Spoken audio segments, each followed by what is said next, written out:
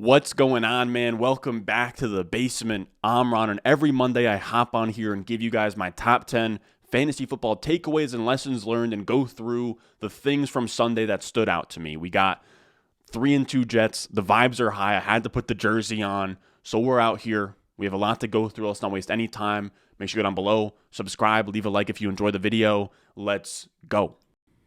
Thirsty, trying to choose. I know I'm pretty cool. My nitty bag. Now, before we get into our first takeaway here, I don't have much to promote on these top 10 takeaway videos, but if you're out there and you're like me, I don't really watch YouTube videos for fantasy content. I usually just listen to podcasts while I'm driving, and in the past, I've been very lazy about turning these episodes into audio files and uploading them to the podcast, but I've been very good about it the last 2 weeks. I'm going to keep it strong. So if you're out there and you can't watch all these videos, you'd rather listen to them, I have podcasts set up on Spotify, Apple, Google Music, wherever you get your podcast from. I probably am uploading podcasts to that platform. I'll have a link down below in the description. I'll probably pin it at the top of the comments below where I have the links to all of those podcasts, Apple Music, Spotify, all that good stuff. So in case if any of you guys out there want to listen to these instead of watch them, that is an option that I think I don't talk about enough. Now, our first takeaway here, and I think that we're going to start addressing this at the top, the rookie wide receiver report. It's one of the more fun things that I've been doing this season where I track the targets, the routes, the yards per out run, all of the good stuff for these rookie wide receivers every week and kind of give you guys some things that stood out while I was charting this stuff. And this is what we got updated through week 5. We still need Sky Moore to play tonight, but these are rookie wide receivers with 5 or more targets this season, and we're sort of just charting their route participation every week, their overall target volume, their efficiency on a target per route run basis, their efficiency on a yards per route run basis, and then their PFF grades. And the first takeaway here is as much as I'm on here, vibes are high, we're celebrating a Jets W, I will hold my L on Chris Olave. I came out here, I like George Pickens more, I like Sky Moore more. I felt like they had more upside and a similar profile while not being seniors in college. We usually know that guys who aren't early declares coming out of school don't have super high ceilings. If you look at the best wide receivers in the game right now, Devontae Adams, Jefferson, Chase, A.J. Brown, all of these young studs, all of them are early declares. You'll have Cooper Kupp at the top. I think Diggs was an early declare as well. We play the hit rates. Olave, clearly the early declare is not enough to hold his profile back. At this point, I think you can treat him as a top 10 to 12 dynasty wide receiver. He left this game early. He didn't have a great day yesterday, right, where he played against the Seahawks. I think he was 6 for 50 and a touchdown, but he had an 87.2 PFF grade. Now, PFF goes out there. They grade every single snap, and on a per-snap basis, Olave has looked amazing. He now has an 82.3 PFF grade on the season. This is the first week that he's now over an 80 PFF grade, which is an elite number that we're looking for. The list of first-round wide receivers who have an 82.3 PFF grade or better were OBJ, Justin Jefferson, Percy Harvin, Jamar Chase, Mike Evans, Demaryius Thomas, end of list. Now, the rest of the season could go poorly for him, and he could end up with a 77 PFF grade, but I just kind of wanted to highlight what kind of pace he's on at this very moment. Having above a 25% target per out run, above a 2.5 yards per out run is all very, very impressive from Chris Olave. I do think that he is showing up. He sort of looks like a Calvin Ridley right now, where Calvin Ridley, I actually think Calvin Ridley wasn't early declare, but he was super old because he was held back in high school. It was this whole thing, but he came in as more of this older, refined route runner that I think Olave is kind of similar to. He reminds me a lot of Calvin Ridley, and I think that's kind of the bucket I would drop him in for right now, just in terms of his play style, what his ceiling looks like, all of that. Then we have Drake London. We're just going to go down wide receiver by wide receiver here, and we just have Arthur Smith is an idiot. London should never be under 90% of the routes, but London still looks borderline generational. And I will say that was actually my, was it 6th? That's actually my 7th takeaway. We'll actually just go through it right here if I can guess the correct screenshot here. Can we do it? Yep, we got it. And this is a great tweet from Dwayne McFarland. This is technically our 7th takeaway. We'll call it our 2nd. But it's Arthur Smith personnel malpractice here, where it was Pitts last week, And now it's Drake London. I really do not understand where Arthur Smith's head's at. He loses this game to the Bucs in a game that was winnable. It was 21-15. The defense did everything that they needed to do for the Falcons to win. And he goes out here running the ball like crazy, having guys like Daryl Hodge and like Christian Blake run routes, Brian Edwards too, over Drake London. Drake London had a 62% route participation this week. Arthur Smith is getting Olamide Zaccheaus involved. Thankfully, London's still at a 29% target share. He's still commanding targets. He's still being efficient. But Arthur Smith is an absolute donkey of a coach. You absolutely hate to see it for the Falcons. I think short-term for seasonal, it's going to hurt both London and Pitts, and it absolutely sucks. I think long-term, Arthur Smith won't have a ton of staying power in the NFL. I think that both Pitts and London, their long-term view probably doesn't have Arthur Smith in it, but it is very annoying for the short term. Now, back to our rookie wide receiver report. What else do we have to go through? We have Garrett Wilson here.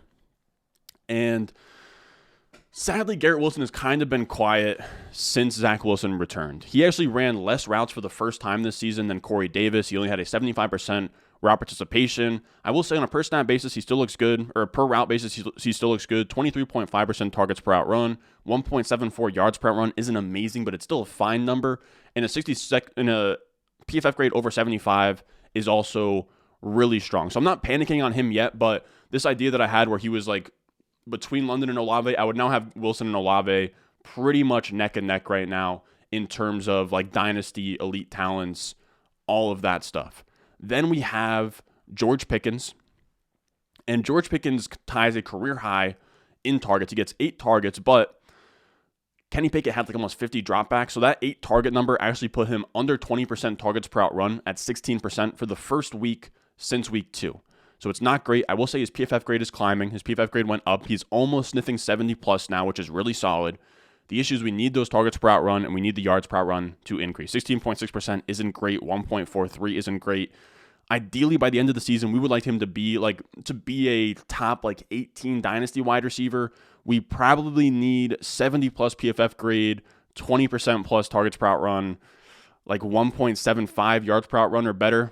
That's in the cards, but right now he looks a little bit pedestrian. He looks like he might just be a, Will Fuller, Robbie Anderson type perimeter X wide receiver, like a DJ Chark even, but we'll see. We'll see if he can sort of improve on those numbers. We have Romeo Doubs as well, who had kind of a quiet day. He had 5 targets, 3 catches, 29 yards on a 13.9% targets per out run, but he still had 87.8% of the routes. I believe Christian Watson was back today. I'm trying to think of who else was back, but I think that's a little bit of the reason why he was down to an 87.8% route participation, but that was still solid. He's still a starting wide receiver for Aaron Rodgers. Better days are ahead. They use him as a blocker a lot, which is a little bit of a dual-edged sword there, where he's getting a lot of routes, he's getting a lot of snaps, but he's blocking on a lot of them. So you kind of get the idea that, okay, he's going to be on the field more, but on the field, he won't be catching the ball as much.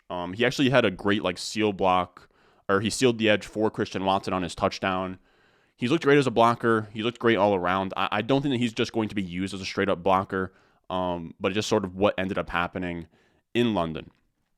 We might as well talk about Christian Watson while we're on the Packers. He scored another touchdown, but he's using this sort of gadgety type role, and I think that's a little bit of why his targets per out run is above 20%. He kind of gets manufactured touches, and he's almost like a big, fast Rondale Moore, kind of like a Chase Claypool, but way raw. You do hate to see his PFF grade at a 55.6. I want to say that's the worst, even worse than David Bell, but it's not overly concerning. I'd say he's tiptoeing the line of face planner, but he's showing enough. Right, his route participation is kind of the same since last week, but he is showing enough of targets, enough of touchdowns to not be completely dead in the water at this point. We had Dotson and Burks hurt. I loved what I saw from Alec Pierce on Thursday. He ran 75% of the routes, which was the first time that he ran over 50% of the routes since week 1. I thought he looked great on Thursday. He had a 20% or better targets per out run. He has a 2+ yards per out run. He is really interesting. Alec Pierce is somebody who I think is going a little bit under the radar, but he is looking very good on a per route basis. Then we have Kyle Phillips as well, who had a really strong start, right? His yards per out run is still his targets per out run is still crazy at 27%, but he goes out there, he plays for 50% or more of the routes for the first time since week 1, but he only gets 2 targets for 7 yards. He's probably a flash in the pan. I don't think he's going to be, a name you need to know moving forward, but it's interesting that he's at least getting back on the field. Khalil Shakir is one of the bigger notes I probably should have put at the top here, but he goes from 0% of the routes to 24% last week to 71% this week. And he has a very similar college profile to Dobbs, where he's a group of 5 guy, but he looked good by the numbers. Goes day 3 to a really elite offense, and he comes out here, and he looked great. He had a 19% targets per out run yesterday. He had a better than 2 yards per out run in the season. He has a 70 or better PFF grade at this point. Very solid. He's also drawing live right now to beat out McKenzie for the slot snaps when he comes back. So Khalil Shakir, very interesting. He feels a lot like Romeo Dobbs, like week 1, week 2. And then we have David Bell, who's pretty much dead at this point. Everything sucks. Robert Stevenszn, I guess, is going up for David Bell, or not really. It went up from last week, but went down since week 3.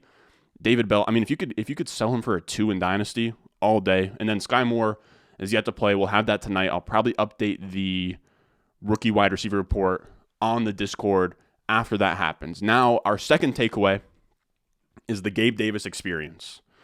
And this is what he is, right? This is what he is. 16% target share in week 1, did amazing. 3 quiet weeks in a row. I will say he was like hurt and injured, and there was 2 games in there where the Bills went from scoring their usual like 30 plus points to scoring only like low 20s. So it was kind of a bunch of factors going the wrong way for Gabe Davis, but he comes out here today, only a 16.7% target share, but this is Gabe Davis. He had 6 targets, 3 catches, 171 yards, 2 touchdowns. That is a week that wins you your week in fantasy. And that's kind of the thesis all along with Gabe Davis, where he wasn't going to be a target hog. He wasn't going to get you that 30% target share, but he was going to be a full-time wide receiver in a valuable high A-dot role attached to Josh Allen, and that would give you enough spike weeks to make him worth it. I think what people really got wrong with Gabe Davis this offseason was they fixated on the target share number, right? They fixated on, okay, so he's never been like over a 15% target share. He had a 10% target share last year, but that was because he only ran like 50% of the routes, so he was more like an 18% target share guy. It did feel like the numbers guys were a little bit too fixated on stuff like target share with Gabe Davis. Now, Gabe Davis wasn't someone that was like a target at ADP for me, but he wasn't this clear fade that like, oh, you can't go out here, you can't draft Gabe Davis. I was trying all offseason to make it clear that I was right on with Gabe Davis. His price was a little bit expensive in that like 4th round area, but I get it. I understand the role there. I understand the profile. I understand he's attached to Josh Allen. He's not going to win in the same way that Diontae Johnson will, but they'll both probably get to a similar area of like wide receiver 2, where Diontae Johnson will do it on volume and targets alone. Gabe Davis will do it on efficiency from like huge spike plays from Josh Allen, and that's just how it is. So Gabe Davis, I wouldn't turn around and like try and sell him unless you're getting something crazy for him, but this is what he's going to be. He is going to be somebody that is probably going to give you like less than 5 points a few times. He'll also be somebody who gives you 20 or more points a few times as well. You just have to have a good enough roster to live with that.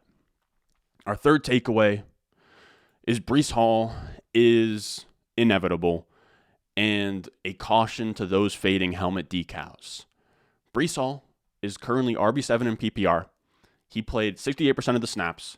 He had 11 of 12 third down and 4th down snaps. He had 5 out of 6 snaps inside the 10. He is operating almost as a bell cow here. He had 18 carries on the ground, 97 yards and a touchdown. He had 2 targets, 2 catches, 100 yards through the air, where he actually had this really great wheel route. He catches a pass play like 15, 20 yards downfield and takes it like 79 yards.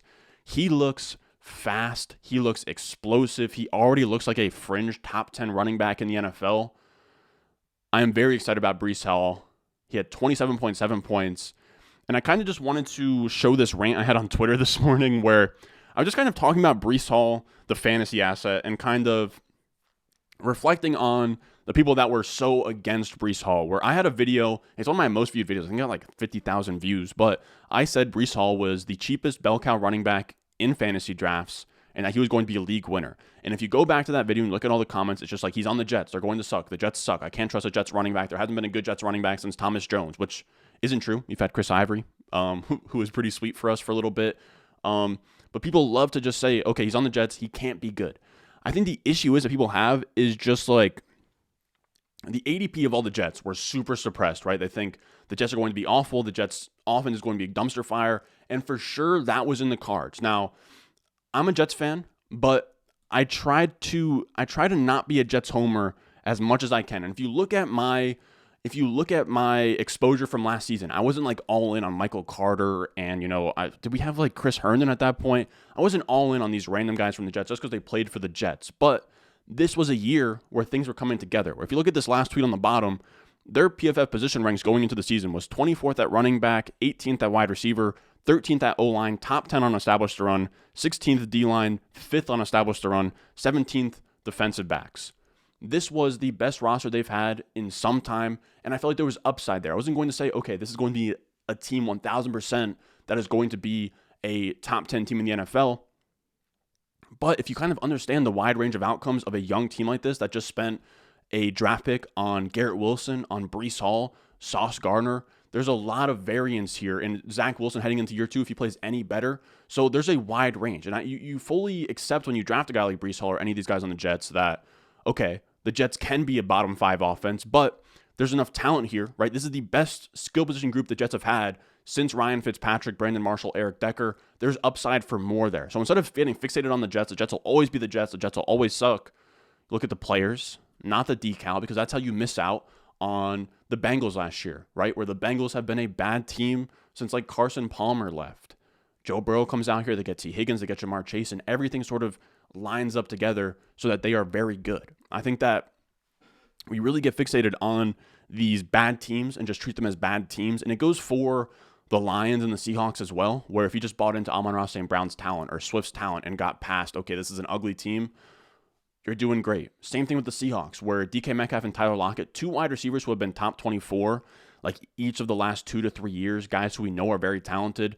Can't draft them. They have Geno Smith. Pete Carroll holds the offense back. But if you just draft talented players and understand that the NFL is crazy and unpredictable, that is kind of how you can profit long term, especially just given we don't know what the hell is going on, man. We truly don't know. And is anybody going to say that they thought going into the season that Geno Smith could be a borderline MVP candidate?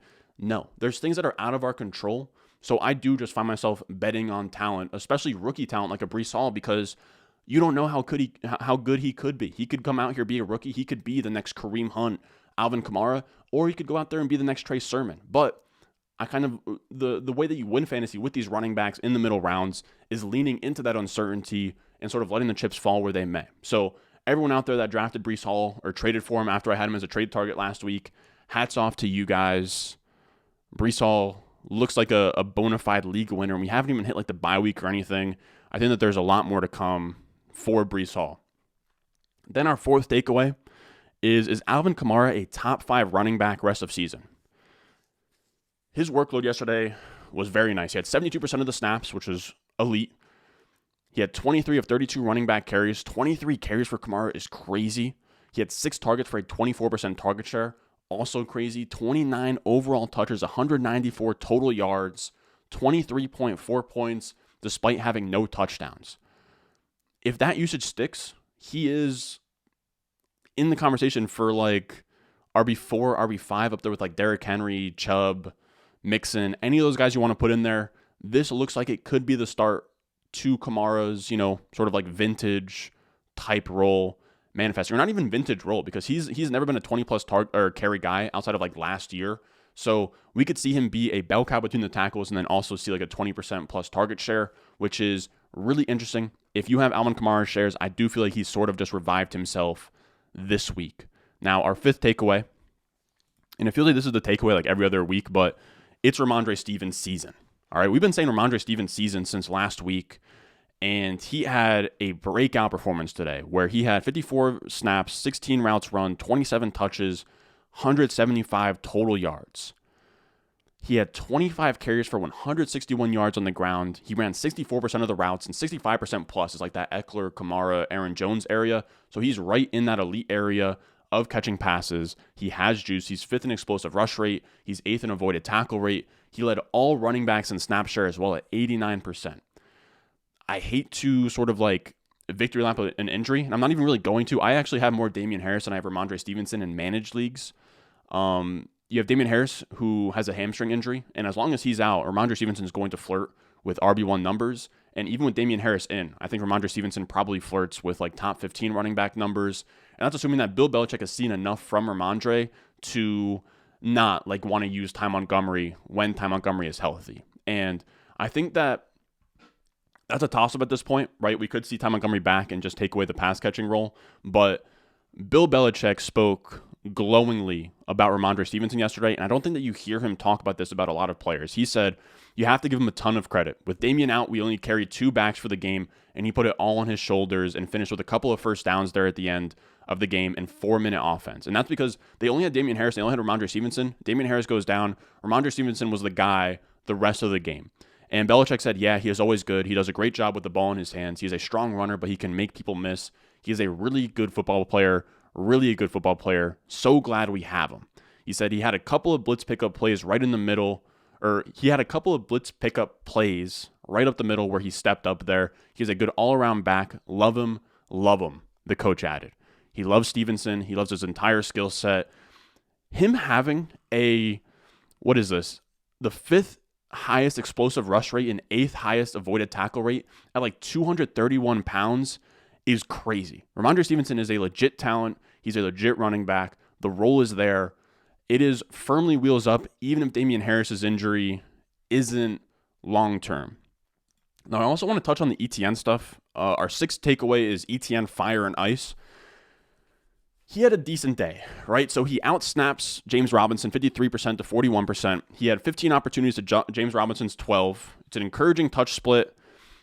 Finally, a game where the Jaguars aren't like up big the entire time. It kind of shows you when it's going to be a trailing game script or a competitive game. Etienne, I'm not going to call Etienne the preferred back, but it's not like James Robinson is the preferred back at all. And Etienne was efficient, right? He didn't score any touchdowns. He didn't put up a ton of fantasy points, but 10 carries for 71 yards is very good. 5 targets, 3 catches, 43 yards, also very good. And the reason I say fire and ice is that he shows so many flashes, but he also has some really ugly plays, man. And it's very difficult to sort of reconcile what to think about Etienne because I was reading Jacob Sanderson's breakdown. We've had Jacob Sanderson on the channel a bunch of times. He has a really good breakdown of all the 6 games right now on the Bulletproof Discord. I'm sure you guys know Drew, Bulletproof Discord, all that good stuff. And he was breaking down the games, and he was doing a really nice, intricate film breakdown of Etienne.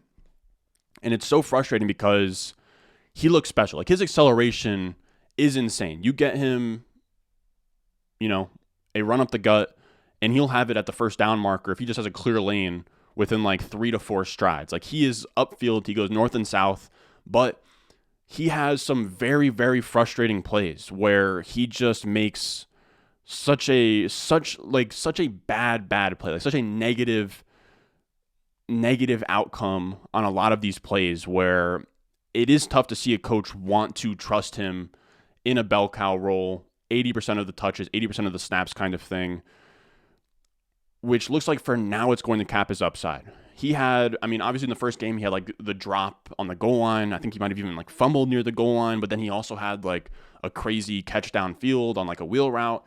He gives you so much good, and then he also gives you just as much bad. Where in this game, he had multiple big plays, right? Where he's giving you huge chunk plays. He's moving the chains. He looks special with the ball in his hands. And then he runs a Texas route out of the backfield, cuts across the middle, and he body catches it and has to cut up field, switch hands, and he just the ball drops. And then he has a swing route where Trevor Lawrence doesn't even throw that bad of a pass, and he's it's one of the weirdest catch animations. We're not even playing Madden. Animation's the only way that I know how to describe it, and it's just bounced off his numbers. But then the next play, he takes the ball, reads the blockers correctly, gets 15 yards in the rushing game, and he looks great. So it's really tough. I really don't know what to think about Etienne. That's why I called it fire and ice. He has stretches where he looks really special, and then he gives you just a super boneheaded play out of nowhere. I think the upside's crazy. I think if James Robinson was ever to go down, Etienne would be a top 15-ish type guy. Until then, he's probably just going to flirt with RB 30, where you can start him in desperate spots on hero RB teams, but outside of that, probably not yet. We're probably going to need... It's going to be tough for him to ever truly take over the role or take over the backfield completely without a Robinson injury. But for now, somebody to monitor, somebody I feel really good about in Dynasty. He looks special. All the disappointment for Etienne this year hasn't been so much him being a bust, but just Robinson being very good. Now, there's also things that Etienne can do that Robinson can't do. Etienne is way faster. He's better in the passing game. But there's also there's mistakes that James Robinson just won't make that Etienne will.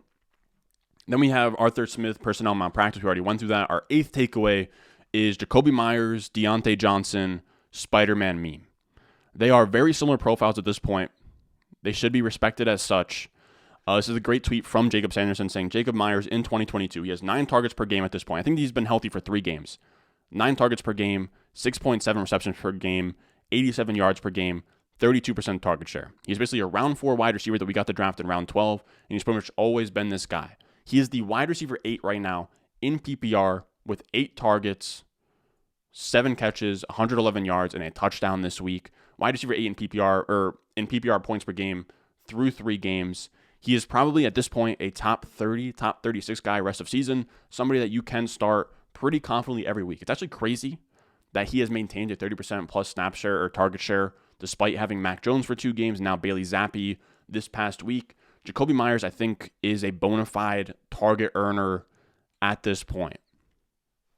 Then I wrote down as our 9th takeaway, new look Washington backfield, where I kind of just wanted to touch on how things look with Brian Robinson back in the fold, and it's a mess. If you look at all plays, McKissic had 25 of the plays, Gibson had 19, Brian Robinson had 18. So it was really like McKissic had like 45 to 50%, and then you're kind of just splitting things 25% between Gibson and Brian Robinson, which isn't really good for anybody, and at most is a massive downgrade for Gibson, who had just three carries for 6 yards on the ground, 4 targets, 3 catches, 33 yards through the air, only 7 opportunities.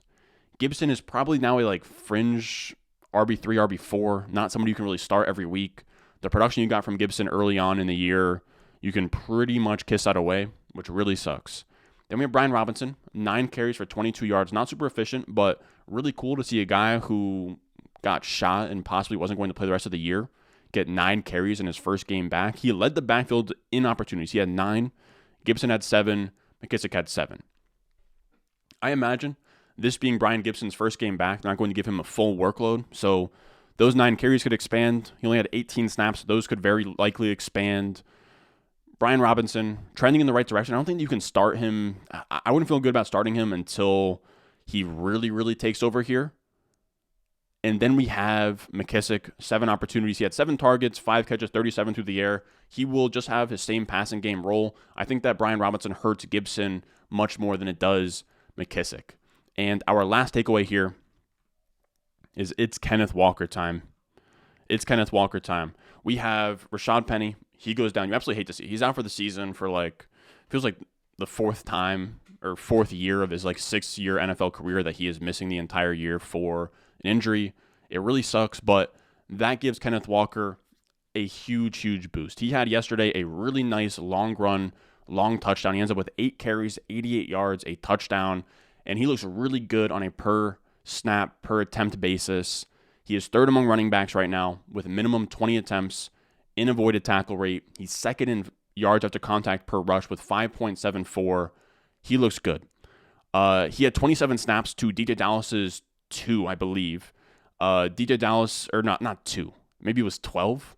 But DJ Dallas had the passing game role. He was out there 2-minute drill, out there in long downs, and Walker pretty much was the between the tackles guy, but still operated, I want to say 80% plus of the snaps after Rashad Penny was gone. But he's in a great spot. He's the lead back with a lot of explosion, a lot of long speed on an offense that is 7th in scoring right now, headed by Geno Smith. So as long as he's in this environment on this team, he is now a pretty easy RB2 option, and he even has the upside to take the pass-catching role from DJ Dallas. And this was sort of Jacob Sanderson's take. I thought that he summarized it well, where he said Walker is a fairly similar talent profile to Penny, albeit less proven in the run game at the NFL level, but with that is more upside of the unknown in the receiving game. He's available in 55% of Yahoo leagues. He is worth 100% of the fabs if on waivers in your leagues.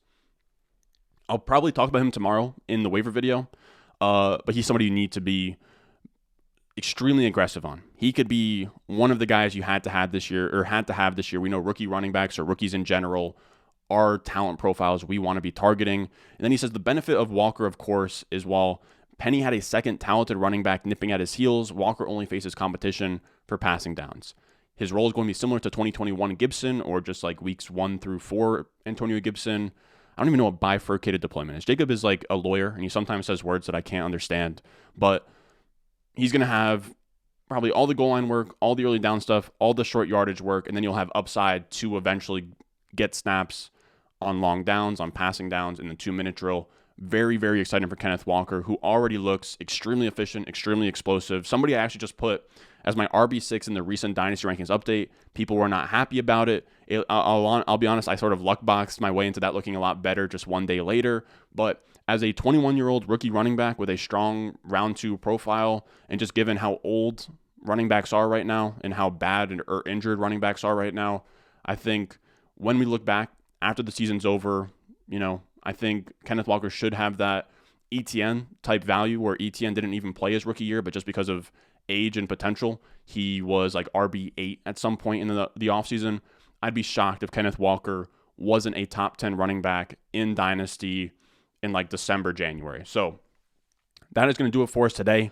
That is our 10 takeaways, lessons learned, whatever you want to call them, from the fantasy football day that we had yesterday. Let me know, or not let me know, but I just want to sort of circle back. Make sure you hop on there, check out the podcast. It'll be on Spotify, Apple Music, iTunes, Google Play, whatever. It should be under like Ron Stewart versus the World. I'll make sure the links are in the comments, in the description. So if you want to go out there, you want to listen instead of watch, those options will all be available to you.